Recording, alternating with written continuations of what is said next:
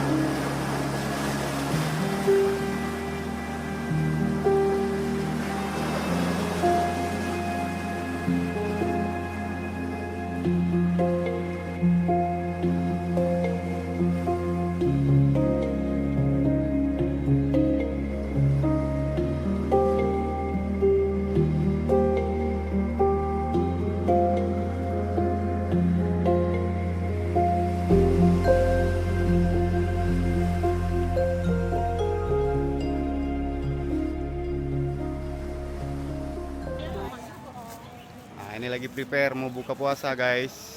Kita buka puasanya di tepi pantai di kawasan Lempu. Wih, ada kolak guys. Bukit Tebing guys. Ada Usup yang punya kawasan Medan. Ada Teh Uci yang punya kawasan Banda Aceh. Ini kokinya, Sofa. Sofa. Ah. Ini Abang Omar. Halo Abang Omar. Wah. Nah, ini ada Pak Undan dan Hana. Kita mau buka puasa. Ada Ais. Ada Abang Omar. Wah.